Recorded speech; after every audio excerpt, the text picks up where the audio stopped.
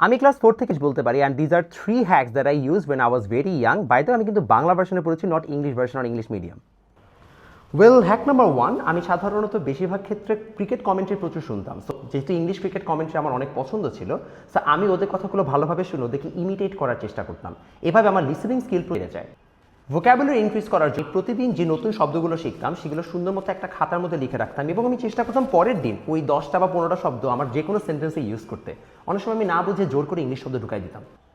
And step number 3 হচ্ছে আমি English বলা প্র্যাকটিস করতাম। এখন আমাদের স্কুল সেন্ট জোসেফে আসলে ইংলিশের জায়গায় তুমি যদি বাংলায় কথা বলো তাহলে তোমাকে এক ডিটেনশন দিবে। কারণ তোমাদের স্কুলে যদি এই সিস্টেম না থাকে, আমি তো বাধ্য হয়ে বলতাম তুমি চাই করতে পারো তোমার যে কোনো একজন ফ্রেন্ডের সাথে ইংরেজিতে রেগুলার কমিউনিকেট করতে। আমি যেমন বাধ্য ছিলাম তাই করতাম। হাউএভার যদি তুমিও যদি ইংলিশে হচ্ছে যে এরকম ফ্রেন্ড না পাও, you can always try with AI. এখন এআইও কিন্তু লিটারালি এই ধরনের প্রম্পট দিলে অটোমেটিক্যালি তোমার সাথে ইংলিশ ফ্রেন্ড তোমার সাথে কমিউনিকেট করবে, চ্যাট করবে। Try this 3 things. তোমার যে কোনো একটা পছন্দের অ্যাক্টিভিটি ঠিক মতো শোনার চেষ্টা করো এবং তা ইমিটেট করো, রাইট দ্য ওয়ার্ডস ইউজে, এবং একই সাথে যদি আমার মতো এরকম একটা ফ্রেন্ডের সাথে কথা বলো তাহলে অবশ্যই তোমার ইংলিশ ড্রাস্টিক্যালি ইমপ্রুভ করবে।